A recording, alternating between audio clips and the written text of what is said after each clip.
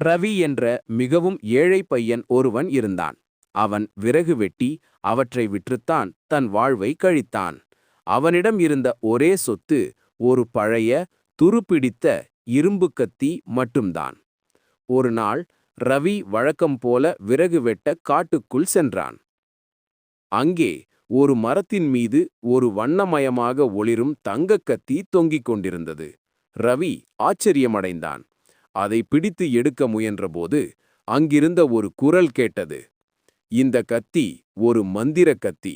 இதை வைத்து வெட்டும் விறகுகள் அனைத்தும் தங்கமாக மாறும். ரவிக்கு அளவற்ற மகிழ்ச்சி. அவன் உடனே அந்த கத்தியை எடுத்துச் சென்று மரங்களை வெட்ட ஆரம்பித்தான்.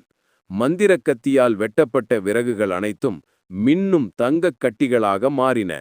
ரவி அவற்றை கொண்டு போய் விற்று உடனடியாக பெரிய பணக்காரனானான்.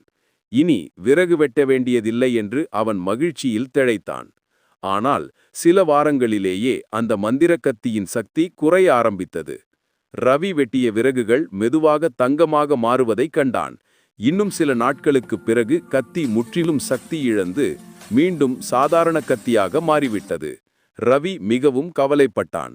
அவன் சோம்பேறியாக வாழ்ந்ததால் அவனிடம் இருந்த அனைத்து பணத்தையும் செலவு செய்துவிட்டான்.